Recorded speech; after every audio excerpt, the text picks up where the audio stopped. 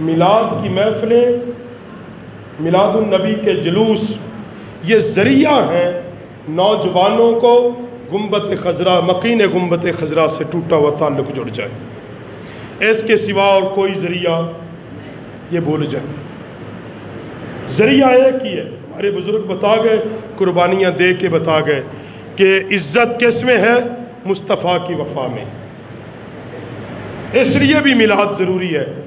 और याद रखो, इस ज़माने में जिसमें मैं और आप बैठे हैं, जितनी ज़रूरत जुलूसे मिलाद और महफ़िल मिलाद की आज है, इससे पहले कभी, मैं ये फ़िक्री बात बड़ी बारीक कह गया, आपको शायद ये समझ में नहीं आई, आपको शायद इदराक नहीं है कि अहले सुन्नत व जमात की बका भी इसमें है।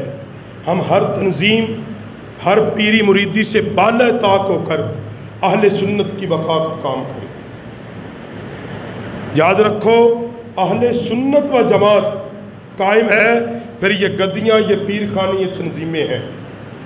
अगर अहले सुन्नत व जमात कायम ना रह सकी तो फिर ये कुछ नहीं बचेगा।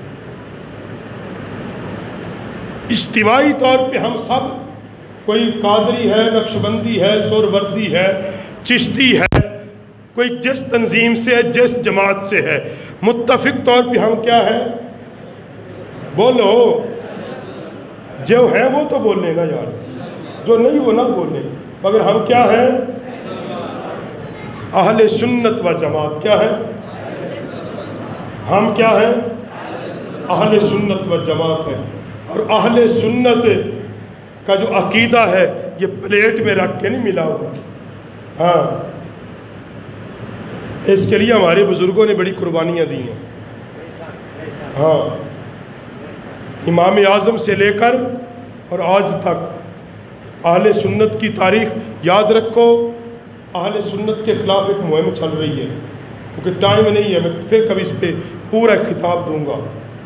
वो मुहिम यह चल रही है कि सुन्नियों को मुहीत कर दो सिर्फ 100 साल में, बस, कि इनकी कोई जी वो है नहीं।